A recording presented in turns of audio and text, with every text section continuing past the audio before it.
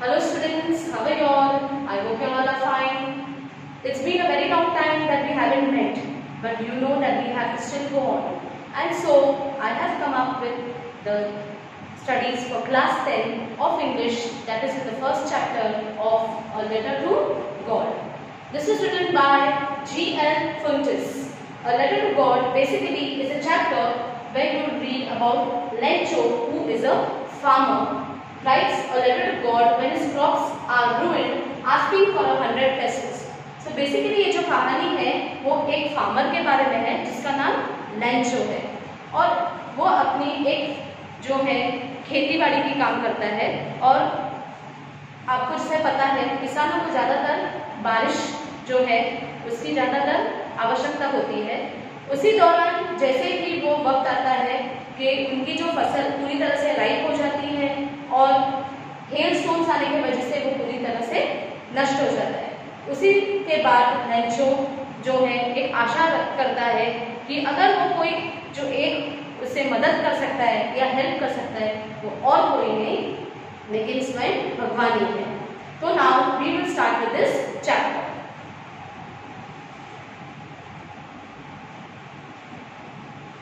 The house, the only one in the entire valley, sat on the crest of a low hill. From this height, one could see the river and the field of ripe corn dotted with the flowers that always promised a good harvest. The only thing the earth needed was a downpour, or at least a shower. Throughout the morning, Lencho, who knew his fields intimately, had done nothing else but see the sky towards the northeast. Now the house, जो Lencho का एक घर था, जैसे मैंने आपको बताया वो किसान है, it was the only one in the entire valley, इस पूरे वैली में जहाँ पे वो रहते थे उसका जो एक घर था, sat on the crest of a low हिल।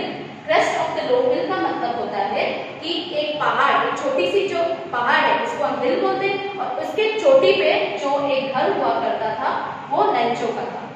और वहां से फ्रॉम दिस हाइट, उस हाइट से one could see the river, नदी, and the field of ripe corn. Corn का मतलब होता है मकई, जैसे हम हिंदी में इसको बोलते हैं मकई, तो राइप का मतलब पका हुआ corn.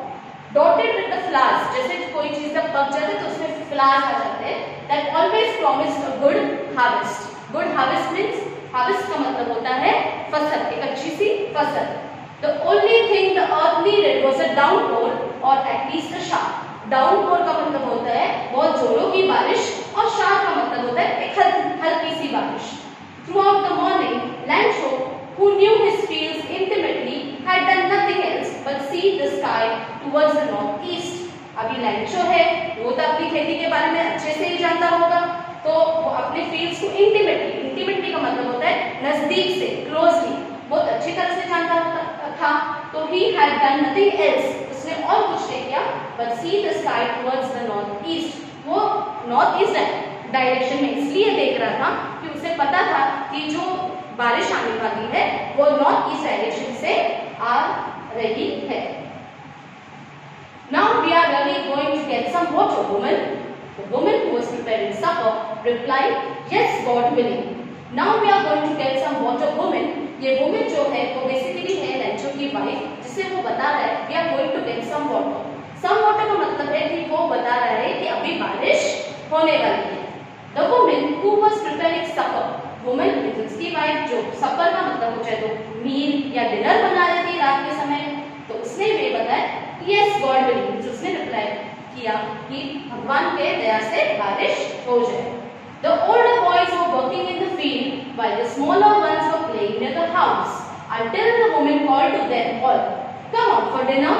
It was during the meal that just as so the older boys were working in the field का मतलब जो लेंचो के बड़े बेटे थे, older boys, वो लोग खेती में काम कर रहे थे, while the smaller ones, जो छोटे लड़के थे, वो playing near the house, घर के वहाँ पे खेल रहे थे।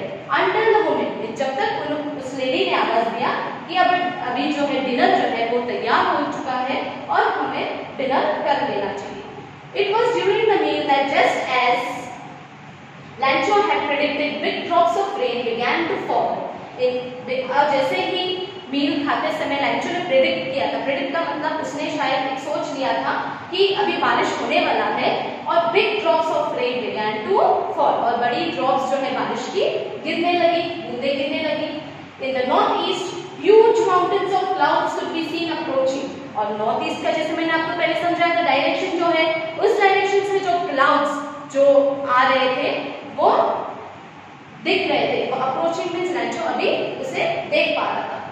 The air was fresh and sweet. जैसे आपको पता है जब पहली बार बारिश जब गिरती है तो जैसे ही वो जमीन पे आते हैं तो मिट्टी की जो सुगंध होती है, the smell of that mud is how it is fresh and sweet. The man went out for no other reason than to have the pleasure of feeling the rain on his body. And Lencho जो है he was so excited about the rainfall because वो आपको जैसे पता है कि हर एक किसान को पानी की आवश्यकता तो होती ही है अपने क्रॉप्स के लिए, तो वैसे ही लैंचो बाहर निकल गया। And he started feeling the pleasure. He was so happy कि उसने अपने आप को भी उस बारिश में भीगना पसंद कर दिया। And when he returned he exclaimed, और जब वो वापस आया he exclaimed, उसने बताया, he said, these aren't raindrops falling from the sky, they are new coins. The big drops are 10 cent pieces and the little ones are 5s. और जैसे ही लैंचो वापस आया वो बोला, they aren't raindrops falling from the sky. वो बता रहा, these are not raindrops falling from the sky. Actually they are new coins. So he is comparing the raindrops to be new coins. Coins के मतलब होते हैं सिक्के। वो बता रहे कि बड़े सिक्के जो है वो 10 सेंट्स के हैं, 10 पैसे के हैं, और जो छोटे सिक्के हैं वो 5 पैसे के। उसने इसीलिए ऐसे बताया क्योंकि वो भी अपने जो ये खेती बाड़ी का चीज कर रहा है उसे ये लगता है कि जैसे बारिश इस तरह से गिरेगा उसी तरह से उसको ये कॉइन्स या पैसे मिल सकते हैं। With a satisfied expression, he regarded the field of ripe corn with its flowers draped with a curtain of rain. Satisfied expression means जैसे हम कोई चीज से जब पूरी तरह से सहमत हो जाते हैं तो उसने ये बताया था कि उसकी जो अभी पकी हुई फसल है कॉर्न की, मकई की, with its flowers draped. draped का मतलब होता है यहाँ पे get covered, पूरी तरह से ढका हुआ, ढक जाना, in a curtain of rain, पूरी बारिश से जब वो ढक चुका है। But suddenly a strong wind began to blow and along with the rain very large hailstones began to fall. और suddenly क्या हुआ कि अभी जो ये बारिश, नॉर्मल बारिश जो गिर रही थी, अभी एक हवा, तेज हवा began to blow and उसके साथ क्या हुआ, rain with very hard large hailstones. hailstones का मतलब होता है हिंदी में ओले। hailstones को दूसरी तरह से बोलते हैं जैसे बर्फ के टुकड़े। began to fall. These truly did resemble new silver coins. और जैसे वो गिर रहे थे तो वो ऐसे लग रहे थे कि वो सिल्वर कलर के कॉइन्स हैं।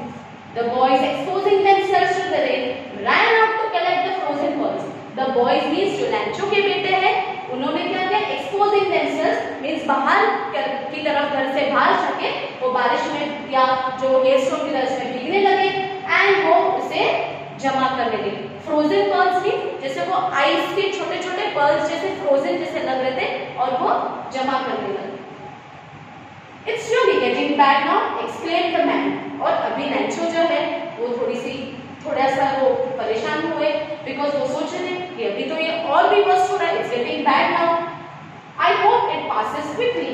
It did not pass quickly. He says, I hope कि ये जो समय है वो जल्दी से निकल जाए, ये जो hailstones गिर रहे वो बंद हो जाए।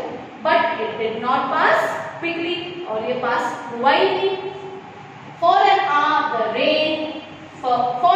the hail rained on the house, the garden, the hillside, the cornfield, on the whole valley. The field was white as if covered with soil.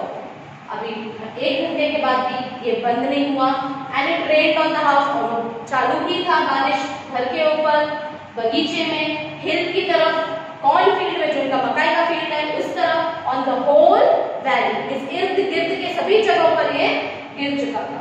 The field, उनका जो खेती था, it was white, it was looking white now as if it was covered with salt. और ऐसे लग रहा था कि अभी जो खेती है वो पूरी तरह से, जो हेलस्टोन्स है वो पूरी तरह से उसको ढक चुका था और ऐसे लग रहा था जैसे वो बर्फ से बिखरा हुआ है।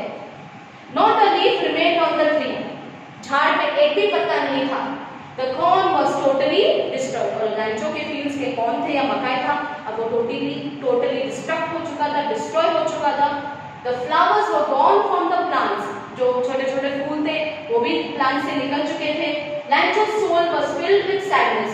सोल का मतलब होता है इसका जो अंदर का आत्मा था वो पूरी तरह से दुखद हो चुका था। When the storm had passed, he stood in the middle of the field and said to his sons. और जैसे ही स्टॉर्म जो अभी थोड़ी तरह से खत्म हो चुका था, पास हो चुका था, वो बीच में अपने खेतों के बीच में खड़ा होकर उसने अपने बेटों को बोला, A plague of locusts would have left more than this.